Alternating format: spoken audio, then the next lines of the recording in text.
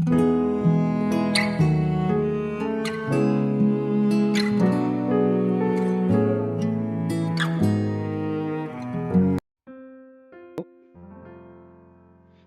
shalom, selamat pagi saudaraku. Saya menyapa bagi saudara yang ada di Indonesia, dari Sabang sampai Merauke, yang di kota maupun yang di desa, dan saudara yang di Malaysia, di Taiwan, Rusia, di Kamboja, Hong Kong. Senang kembali menjumpa saudara pagi hari ini. Saya percaya kita tetap berada dalam kasih dan penyertaan Tuhan kita, Yesus Kristus. Selamat datang kembali di channel Pokok Anggur bersama saya, Yosia Krispianto. Mari saudara, sebelum kita bersama-sama merenungkan firman Tuhan, mari kita berdoa. Bapa di surga, Bapa di dalam nama Tuhan Yesus, terima kasih buat penyertaan dan perlindungan Tuhan sepanjang malam.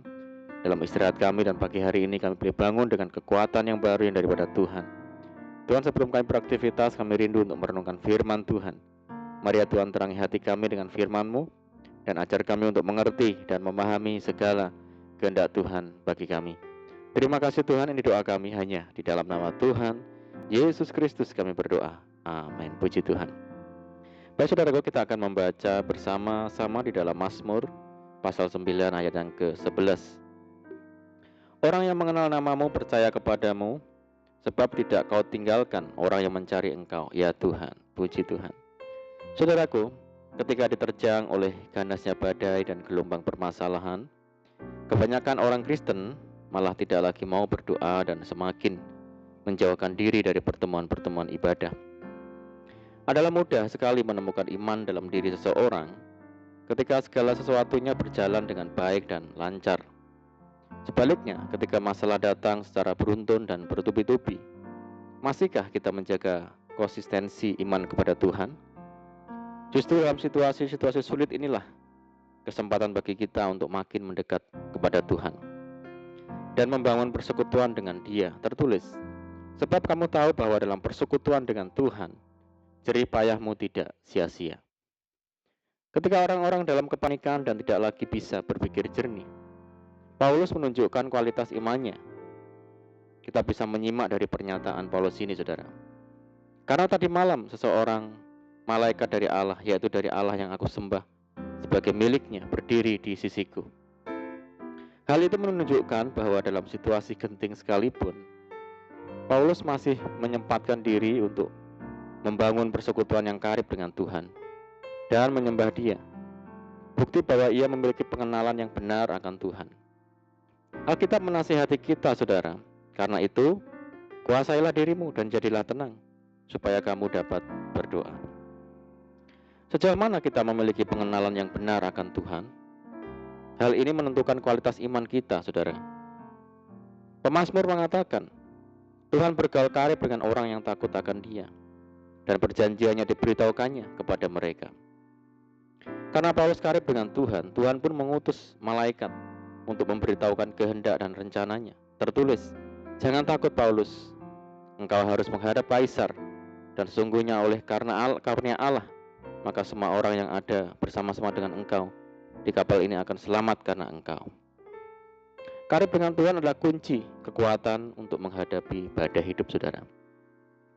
Memiliki persekutuan karib dengan Tuhan adalah kunci menarik hadirat Tuhan hadir di tengah-tengah kehidupan orang percaya, yang tidak dapat digantikan oleh pengetahuan kita tentang Alkitab atau seberapa sibuk kita melayani pekerjaan Tuhan. Jika semua itu kita lakukan hanya sebatas rutinitas saja. Firman Tuhan berkata, sebab aku menyukai kasih setia dan bukan sembelihan, dan menyukai pengenalan akan Allah lebih daripada korban-korban bakaran.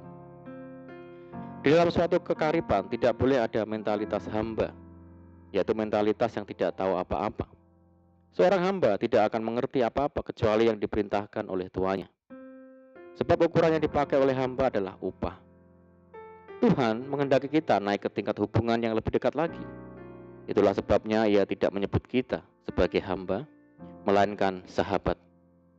Aku tidak menyebut kamu lagi hamba, sebab hamba tidak tahu apa yang diperbuat oleh tuannya. Tetapi aku menyebut kamu sahabat, karena aku telah memberitahukan kepada kamu segala sesuatu yang telah kudengar dari Bapakku. Tuhan ingin kita tidak hanya melakukan apa yang diperintahkan, saudara, tetapi lebih daripada itu. Tuhan mau kita juga memahami isi hati Tuhan. Sebab sesungguhnya Tuhan ingin memberitahukan pikiran dan hatinya kepada kita. Firman Tuhan berkata, hendaklah kamu dalam hidupmu bersama menaruh pikiran dan perasaan yang terdapat juga dalam Kristus Yesus. Saudaraku, kita akan memahami apa yang ada di dalam hati dan pikiran Tuhan jika kita senantiasa memiliki waktu duduk diam di bawah kaki Tuhan dan mempertajam pendengaran kita akan suaranya. Seperti yang diperbuat Maria yang memilih duduk dekat kaki Tuhan dan terus mendengarkan perkataannya. Maria telah memilih bagian yang terbaik yang tidak akan diambil daripadanya. Kedekatan itulah yang menghasilkan ketenangan dan kekuatan dalam menghadapi badai dan segala persoalan hidup ini, saudara. Mari saudaraku, saat ini kita ambil komitmen untuk senantiasa rindu duduk diam di bawah kaki Tuhan, menikmati hadiratnya. Karena hanya di dalam hadiratnya kita mendapatkan kekuatan menghadapi badai hidup ini. Amin, puji Tuhan. Mari kita berdoa. Bapa di surga, Bapa di dalam nama Tuhan Yesus, terima kasih buat firman-Mu ya Tuhan. Ajar kami Tuhan untuk suka mencari wajah Tuhan, suka duduk diam di bawah kaki Tuhan, sehingga hati kami menjadi tenang, sehingga kami mendapatkan kekuatan untuk menghadapi badai hidup dan persoalan. Terima kasih Tuhan. Saat ini kami menyerahkan hidup kami hari ini ke dalam tangan-Mu ya Tuhan. Berkati kami hari ini, berkati segala usaha dan pekerjaan yang kami lakukan lewat tangan-tangan kami. Dan jadikan kami hari ini berhasil dan beruntung. Dan sertai kami hari ini dengan penyertaan Tuhan yang sempurna. Dan mohon petunjuk-Mu Tuhan, sehingga kami hidup sejalan dan seturut dengan segala kehendak Tuhan. Limpahi kami dengan sukacita dan damai sejahtera hari ini ya Tuhan, dan jauhkan kami dari segala malapetaka. Berdoa bagi kesejahteraan kota kami, kesejahteraan desa kami, daerah kami, dan bangsa kami yang saat ini menghadapi pandemi COVID-19. Mari Tuhan berkati daerah kami, pulihkan negeri kami, belas kasihan-Mu bagi negeri kami Indonesia.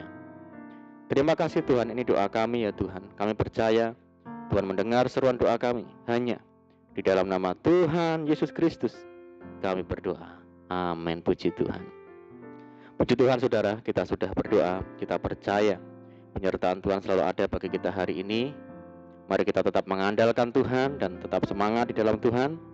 Saya ucapkan selamat pagi, selamat menyongsong hari yang baru. Doa saya menyertai saudara semua. Tuhan Yesus memberkati. Haleluya.